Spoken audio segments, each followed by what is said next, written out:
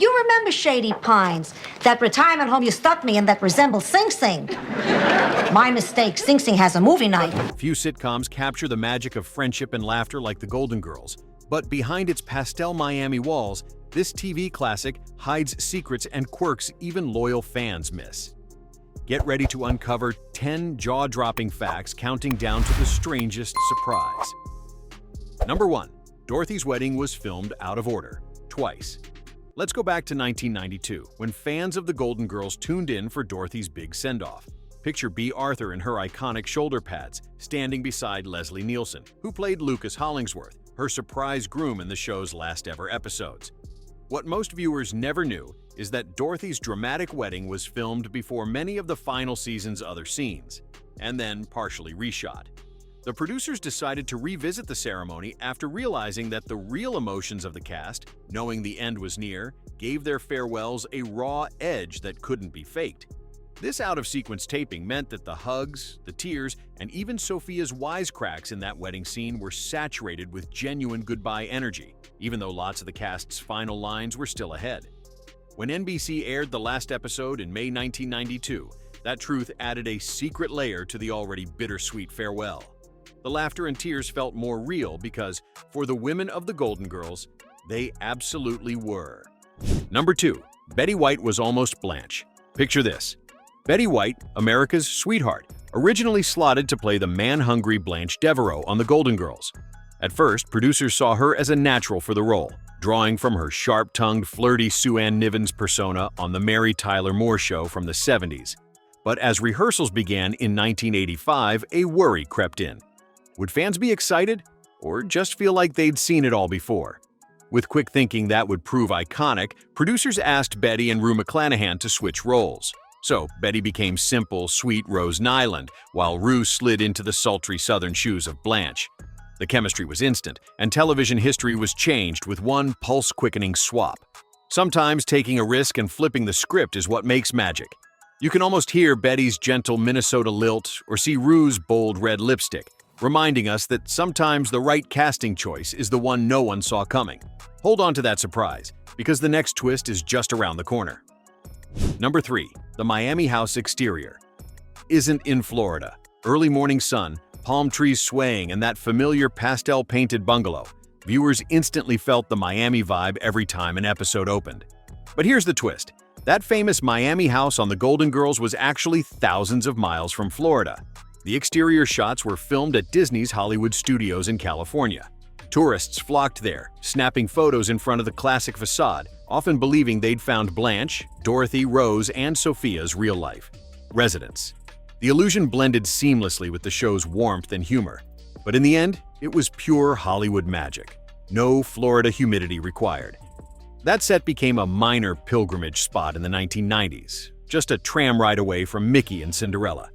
Today, the house itself is long gone, but its memory still tricks the senses. Palm trees, sun-washed stucco, and the feeling of a real Miami welcome, broadcast right from California.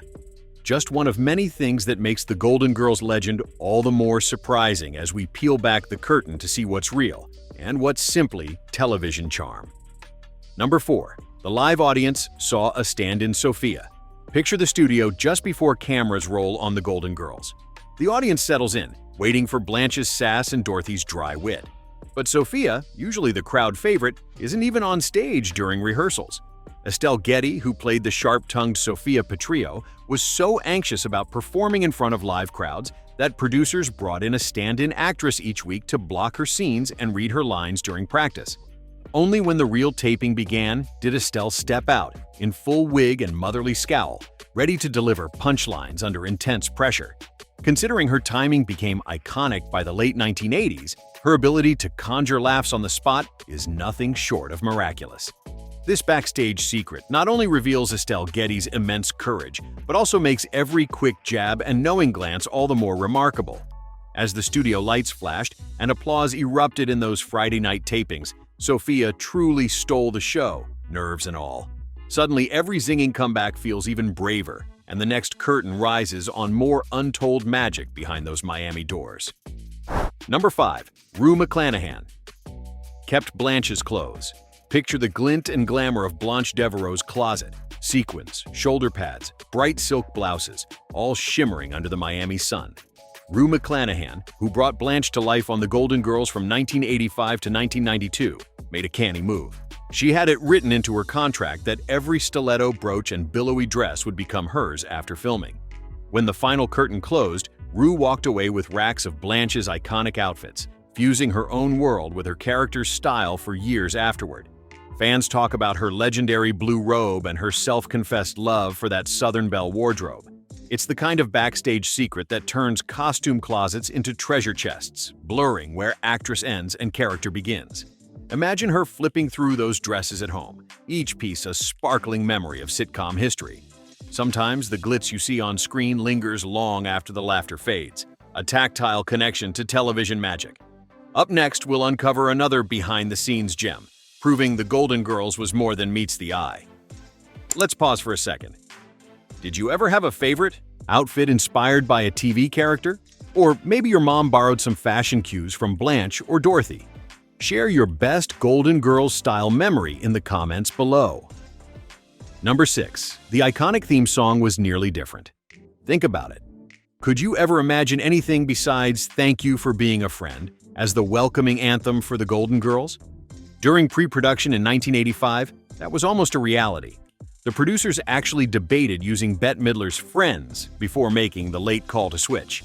That decision turned out to be a stroke of pure pop culture genius. Andrew Gold originally wrote "Thank You for Being a Friend" in 1978, but for the show, Cynthia Fee's warm, inviting cover set the tone perfectly. Suddenly, Sunday nights on NBC had a new, infectious sound, a melody you could not help but hum. The easy harmonies and that gentle piano suite made viewers feel like part of the Miami living room from the very first note. Today, "Thank You for Being a Friend" is impossible to separate from the girls' adventures, as comforting as cheesecake at midnight. Just imagine, all the late-night reruns, all the laughter, could have started to an entirely different tune. Sometimes, a single decision changes the entire flavor of a show and becomes the soundtrack to memories that last for generations. Number 7.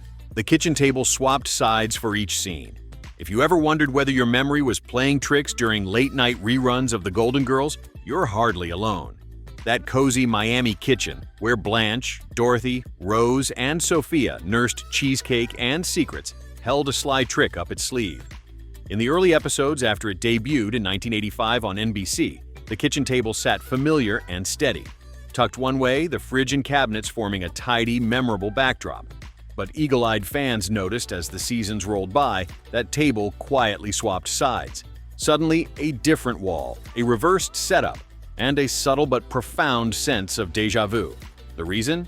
Pure TV magic. Production crew needed better camera angles and more space for the ever-rich banter, so they flipped the set starting in later seasons. The switch is subtle, but confirmed by endless fan rewatches and episode screen stills. For die-hard fans, it turned an everyday kitchen into a playful game. Spot the swap, relive the laughter. It's just another secret ingredient in the recipe that kept viewers coming back, slice after slice. Number 8. Sophia wore her wig and glasses for a surprising reason. The sharp-tongued Sophia Petrillo always seemed wise beyond her years. But here's a TV secret. Estelle Getty, who brought Sophia to life, was actually a year younger than her on-screen daughter Dorothy, played by Bea Arthur. When The Golden Girls debuted on NBC in 1985, the makeup team faced a wild challenge: how to age Estelle for the role. Hours in the chair, heavy prosthetic wrinkles, those iconic oversized glasses, and a perfectly coiffed white wig created a transformation that fooled millions week after week. Getty spent so long as Sophia, sometimes her fellow cast members would forget her real age under all that Hollywood magic. It was a reminder that network TV could pull off wonders with just sponges, spirit gum, and sheer determination. Every arched eyebrow, every quip behind those thick glasses was a triumph of television illusion. Step behind the scenes, and it's clear. Sometimes the funniest character is also the hardest to recognize once the lights come up. Number 9. Blanche's age never quite added up. There was always something deliciously mysterious about Blanche Devereaux. While Dorothy, Rose, and Sophia traded life stories over cheesecake, Blanche's real age stayed locked behind a lacy veil of secrecy. In episode after episode, sitcom fans tried to pin her down. Was she in her early 40s or edging into her 60s? The truth kept slipping through our fingers as scripts famously tossed out conflicting numbers. The producers of The Golden Girls did this on purpose. By keeping her age a moving target, they allowed McClanahan to play up Blanche's sass, confidence, and detective-level denial, creating a running joke that delighted fans. The result? Heated fan debates, even decades after the show's 1985 premiere on NBC, about whether Blanche was really the youngest or secretly the oldest.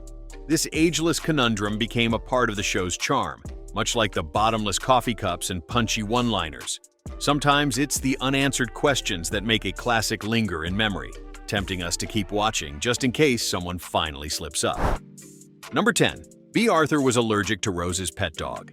Picture the cozy Miami kitchen, 4 wisecracking friends, and, at least for one brief moment, a scruffy canine named Baby. In the first season of The Golden Girls, Rose adopted an adorable dog who seemed destined to become the latest member of the household. But eagle-eyed fans noticed Baby simply disappeared after a fleeting episode, never to be mentioned again. Behind the scenes, the answer lay not in script rewrites, but in chemistry, the biological kind. B. Arthur, Dorothy herself, suffered from a severe dog allergy. Despite sitcom magic and plenty of charm, even Sophia's sarcasm couldn't stop B's sneezing fits. So, with little fanfare, Baby was quietly written out. It's a blink-and-you'll-miss-it oddity from a show built on continuity and comfort. For some, watching Dorothy glare at Rose's furry friend holds a whole new meaning, knowing the real discomfort churning beyond the punchlines. Sometimes TV history pivots on the smallest of hiccups, and a dog's silent exit leaves a lasting question mark. The curtain falls on Baby, but the laughter keeps rolling on into the next strange tale.